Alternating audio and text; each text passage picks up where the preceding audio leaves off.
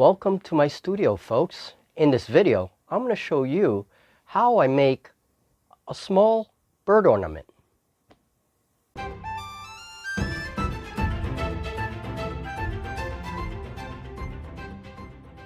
Welcome, everyone.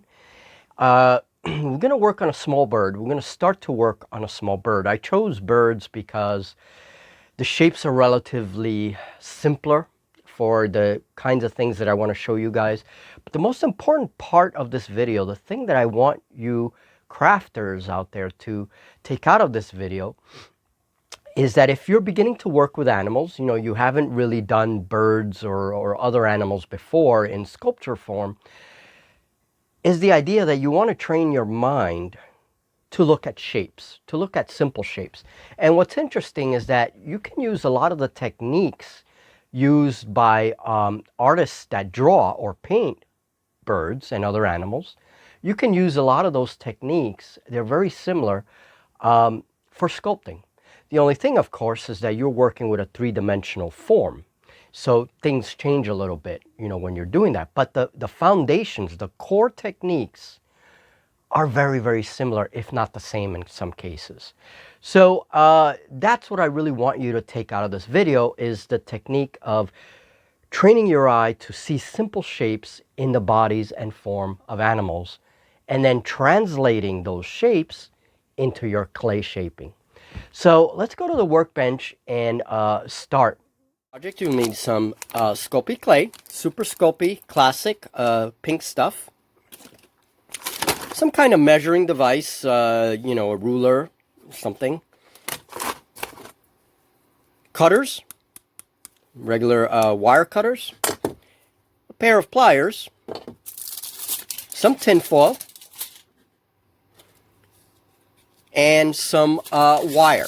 Now I'm using armature wire from Pandle Hole Elite. I got this at Amazon. You get this in packs of 3 different sizes, and I'm using the middle size, the middle thickness. You get one like this. I'm not sure, it doesn't say the gauge on this, but this is the thicker wire. Then you get a thinner one and an even thicker one.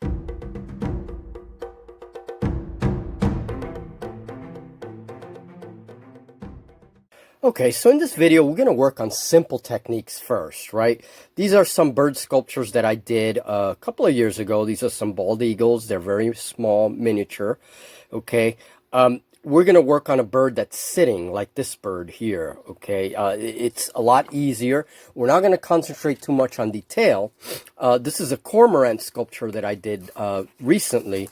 And of course, these kinds of things, these are more advanced things. We'll learn all about the armatures, the wings, bird anatomy, and all that in the future, once we've gone over all of the simple stuff. Now, have my paper here, because I'm going to do a little drawing just to kind of show you guys. One of the important things is to knead your clay. And my clay, it's a little cool in the studio this morning. And so my clay was a little bit brittle. And you don't want clay that's brittle. Okay, so the first shape that we're concerned with is an oval, okay? And I'm sorry if the ink runs a little bit. So an oval. That's the first thing we kind of want to think about when thinking about a bird. And you can actually think of this as a clock if you wanted to. We'll put 11 o'clock here, 12 o'clock somewhere here. Right? 1, 2, and say 3. And I'm not being very exact. I'm kind of just roughly doing this. This is a technique you learn when you're drawing birds. But it can translate into sculpting very well. 6, 7, and what else? Do I need 8? Don't really need the rest of the numbers. These are the numbers we're going to work with. So it's like a clock. So the first thing you want to think about is the sort of center proportion. Now, we're going to see how we translate that to clay, but the central proportion is usually where you're going to mount the head on a sitting bird, or any bird, is kind of right before the 11 and go down to 4 o'clock, okay? So you have that line in the middle, and that divides your back from your belly. So you see that it's a little off-centered. This is where the wire for the head is going to go. Okay? And then here at 3 o'clock is where the tail originates, right? 3 o'clock is always where the tail originates. Now, if you were doing a perched bird on, say, a branch, you'd have your branch down here at like 6 o'clock. Your wire for the tail would come straight out of 3 and straight out, right? But since we're doing a sitting bird, we're going to put our dot at 3 o'clock. That's where the tail would originate, and then go up about 45 degrees or so. Okay? And again, I'm sorry, this is very rough. So that's my wire for the tail. Because when a bird is sitting, there's no legs, that tail is usually up. Right? Now, for your head posture, don't worry if it's not exact, because as you sculpt, you know, the head might shift a little bit. You can have it a little bit up, a little bit down, depending on what you're doing for the sitting bird.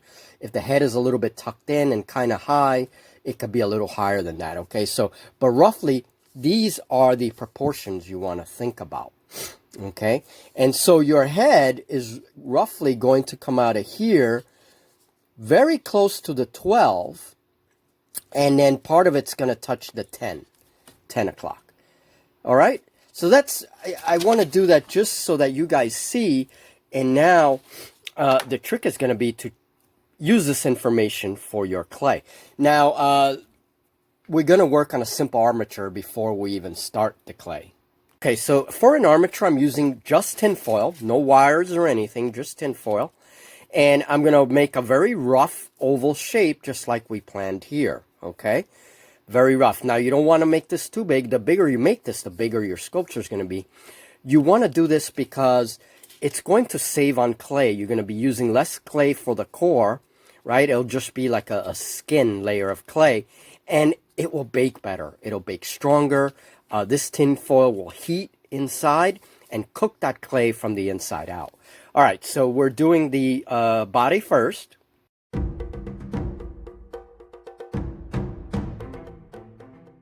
Portions are a little tricky. In this bird head, in this bird kind of diagram, rough diagram that we drew, there's roughly about 2 of these ovals fitting into the body if you were to, you know, put them across or whatever. So that's kind of a very rough estimate. Okay, this is the kind of thing that you will have to train your eye little by little, but you can kind of see where I'm going with that, okay? Now, the head has to be a lot smaller. In this case, these are about the proportions that I'm using. It has to be a lot smaller than the body, because if you make this too big, when you add your clay, remember, your clay is going to make this a little bigger. A wire that's about 3 inches long, and I'm using these clippers, okay, to cut my wire. They're regular, like, wire clippers that you get at a hardware store, and just roughly cut it there. And then this is going to be my tail, so it's roughly about 3 inches long. Now, this is going to depend on the kind of bird that you're doing. We're going to try to do like a little sparrow, a very generic kind of bird, okay? We're working on a generic. We're not doing a bird species yet. Bird species will vary, the kinds of like structures that they have and everything else. So this is a generic little sparrow. Now I'm going to go here and very roughly at the angle where you think is where it's 3 o'clock, we're going to put our wire in.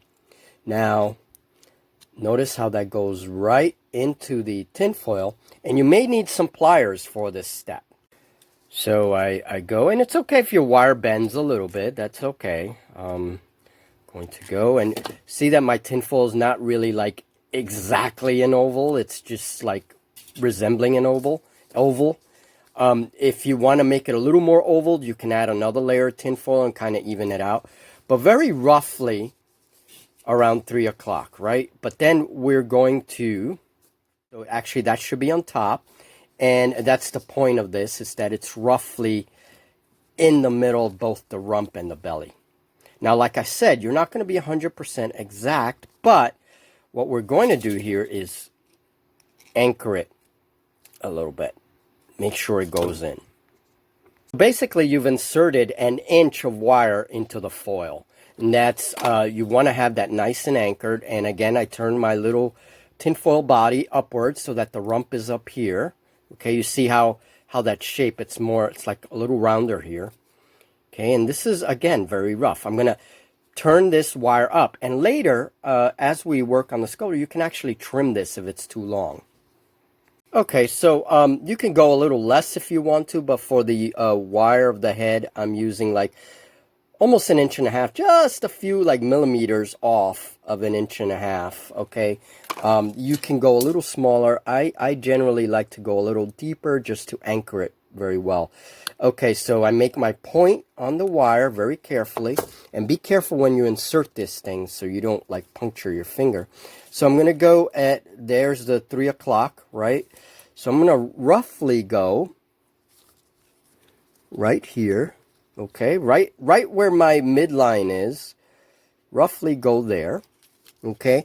And here, the trick is that you want to try and go in the center. So not only do you want to do this, right? These angles, like a V angle, but you want to make sure that you're in the center of your foil as well. This one's a little off, as you could see. Now, you can do, what you can do is, again, put a little bit of foil to kind of even out the edges there, or you can just pull out your wire, reinsert it, and get it more in the center. That's very important as well. When you're sculpting, unlike drawing, you got to look at your figure from all angles. So we're going to fix the tail a little bit, but I'm going to insert this wire first so I have my points. Okay. And remember that this little ball is going to be inserted into the other side. So if it's a little too long, that's fine. I like to cut my wires, you know, give them enough length, and then I trim them as I go so I'm not short. It's better to be longer than short. I'm going to do my little point. Okay. And I'm going to stick that head. And again, you have to look for the best kind of shape, angle. I'm going to stick my head in there. Okay. And there you go. So very roughly. Now remember, so there's my head pointing at that angle, and the tail is up because, of course, we're doing a sitting bird. Now, let's fix this a little bit because it's a little bit off center. And I think what I'm going to do is just pull this out. And you see how the wire bends in there. That's okay. I'm going to pull this out and kind of redo it in the center.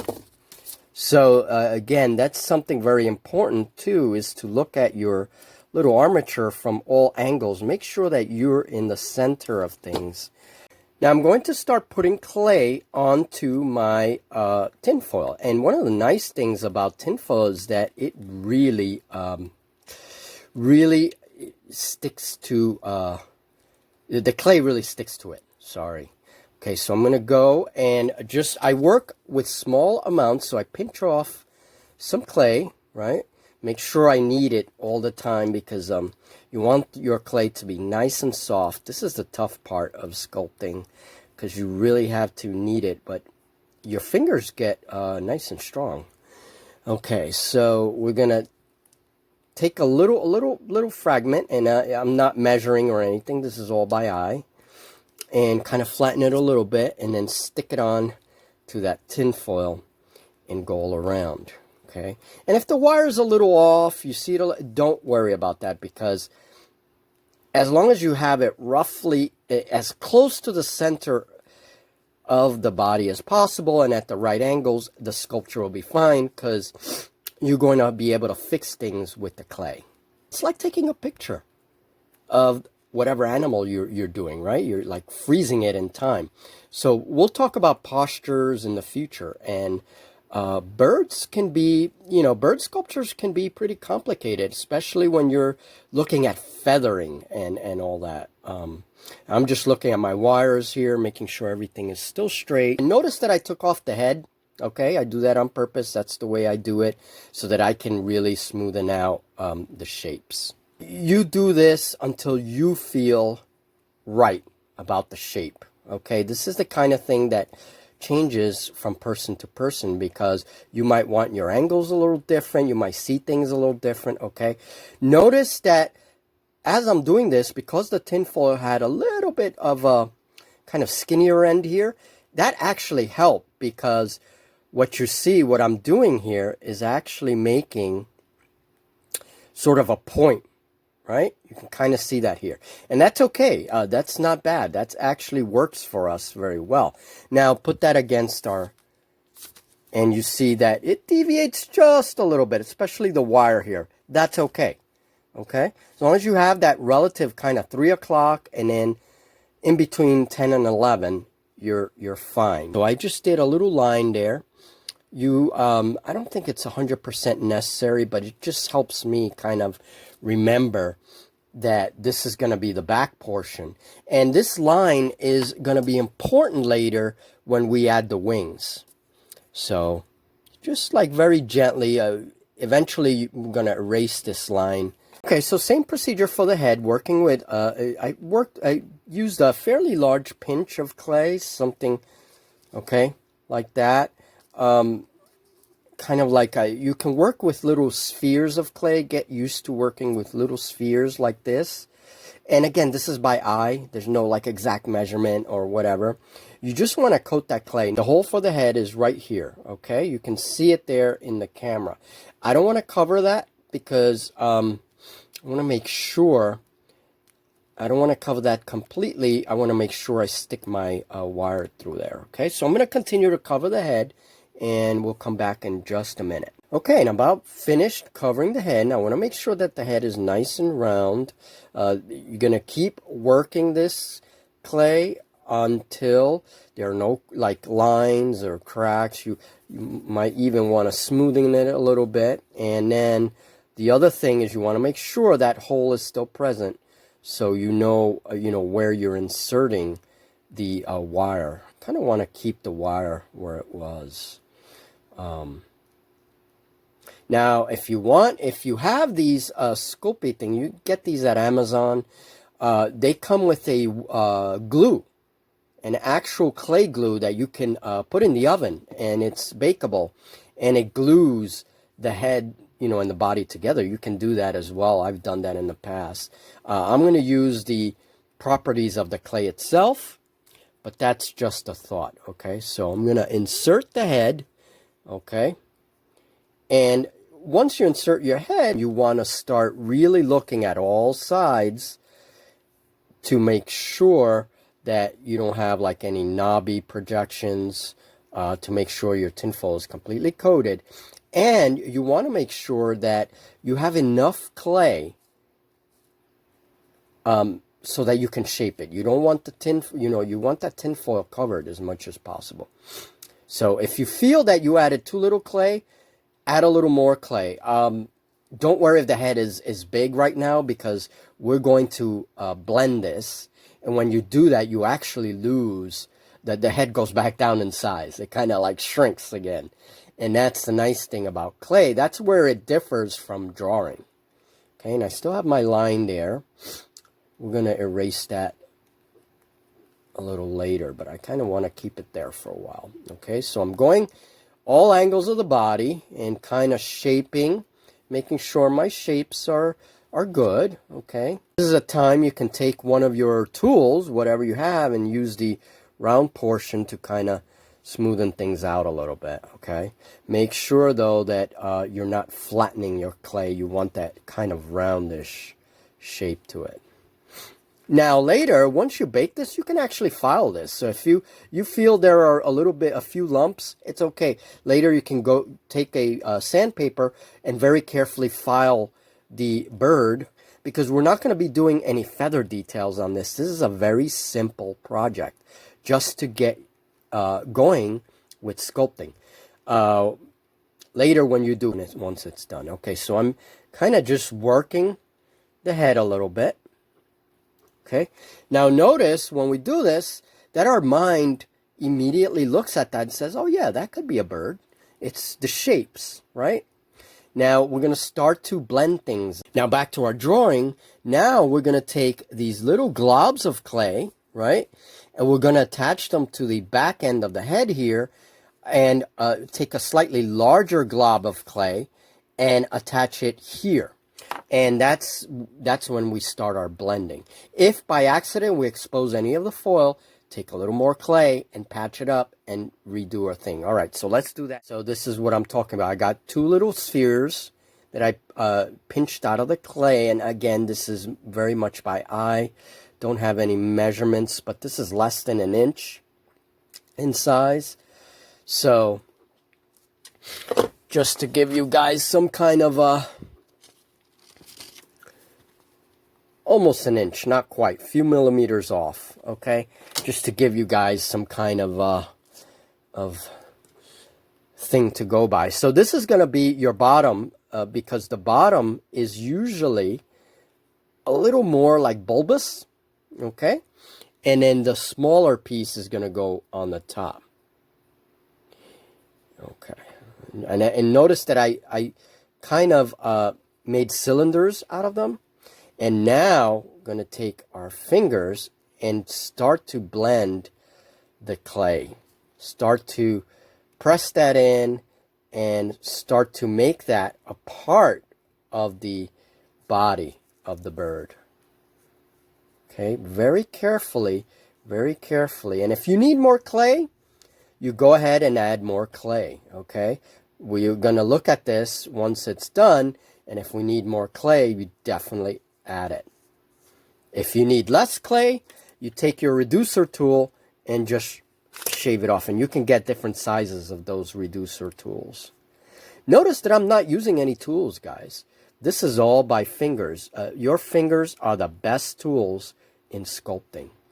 Now later, when we get more advanced, we're going to be relying more and more on our tools. Now see, this is still, I want this a little bulbous. So I'm going to have to add a little more clay to this bottom piece. And if you feel your clay is drying a little bit, have a little cup of water. That's something I should have told you guys earlier. You can have a little tiny thing of water and moisten your fingers every so often. Kind of helps. Okay. Let's do when birds are comfy and they're in this posture, generally the head, I'm pressing the head down a little bit. Generally this area kind of gets a little bulby because their neck is S-shaped and it kind of goes down, and then the feathers kind of fluff out. So they look all like comfy, and you know, so kind of press that down a little bit. And I'm adding my clay. So I'm going to soften this. I keep kind of blending. You guys get the idea. What you're doing is you're rubbing those edges very carefully with your finger and just blending in that clay. Okay? At the same time, you're adding shape and proportion to it. Now, you're going to take some of the head and kind of help blend by, you know, stretching some of that head clay as well. And if, again, you expose tinfoil, you take a little bit of clay and just patch it up. Okay? And I'm kind of shaping at the same time, rubbing my fingers. Now here, the only thing to be careful is that you can make that neck very long, okay? There are ways to fix that. You can add more clay to the body if you feel you need more clay to the body. Yeah, I haven't done this in quite a while, actually. So sometimes your proportions, when you haven't sculpted in a while, you know, your mind will never forget it, but it's a little off at first, right? Okay, and you see how these lines develop, and that's good because that's kind of the detail that you want. And this is the gullar region, what we call the gullar region, okay?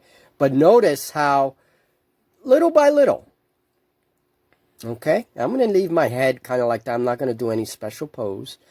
And we're still in that sort of, see, that kind of clockwork thing. A little bit off here, but that's okay. Okay, so now our little bird, and again, this is like a little sparrow. If you were doing, let's say, a robin or something, you would use slightly different body proportions. We'll talk about that in another video if you guys are interested. What I'm doing now is the beak, and since this is like a sparrow-like bird, we're going to do a very heavy kind of triangular shape right in front of that by pinching the clay very carefully. Make sure we don't expose any of that tinfoil, and then kind of going around and really smoothing in it. Let me just let the camera focus. There you go. Now, I want this a little bit bigger, so I'm going to add a little bit of clay. Take one of these pieces, right? And it's a very small amount of clay. I'm kind of going to add it to the beak to make the beak just a little bit bigger, okay?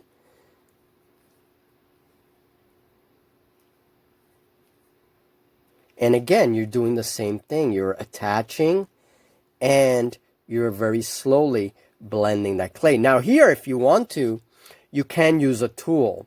You can use a little ball tool. I'll show you that in a minute.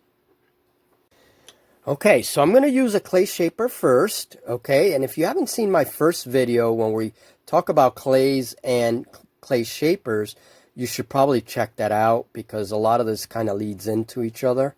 And notice that I'm like using it like a rolling pin, using that metal part, kind of rolling, getting those shapes, right? Using the smooth end to kind of start to define the areas around the beak, going back with my fingers, your best tools, and kind of defining that beak a little bit. Now it's a little bit too round. I'm going to flatten it a little bit and get that heavy triangular shape because sparrows have a heavier beak. You know, sparrows, warblers, those kinds of little birds. If this were a robin, the beak would be longer and such. The posture, very similar for a robin, except, you know, the beak would be different. Okay, so notice the angle of the head here. Try to get yourself a little bit of angle right above the forehead, right below the forehead, I'm sorry, below the forehead there, to kind of get it in shape. Remember, it's a three-dimensional object, so we want to look at it from all angles, make sure we're happy with it. Okay. But most of this piece has been done with our fingers, and that's good. That's a good thing. Notice how the clay, here we can angle, notice how the clay has almost shaped itself in this region. Here's that little guller region, right? And you can puff this up more. If you want less of this, you can just add more clay to the body, make it a little rounder, and make it look like a real comfy kind of pose, right? So generally, I don't fight the clay. When I see the pose that I want, I just like keep working with it. I don't try to fight it unless it's way off. Then I'll have to like take off some clay, add some clay, you know, fix it. Okay, so I'm looking at it now. Notice how this area is more defined. And that was just by blending. Okay, we're not even sculpting yet. We're like blending, you know, we're just blending the clay, and you get these lines that develop, and they kind of define the piece. Now I'm gonna, if you need this to be, the neck to be a little shorter, you've extended it, just press the head down. I'm not gonna work on the piece until we come back next week. One of the benefits of Sculpey clay is that you can work on a project and leave it there because the clay will not dry until you bake it. When you're working with resin clays, that's not the case. So when we work with resin clays, we will have to finish the piece, because once that piece is hard, you really won't be able to do much with it. It's like plastic, okay? So we're starting with Sculpey clay. That's one of the great benefits of Sculpey. We're gonna leave the project there, and then in the future, we will talk about more complex bird pieces, including legs, okay? Those are some of the tougher things that we will have to deal with later. So thank you, folks, and I hope to see you again next week as we complete the little bird.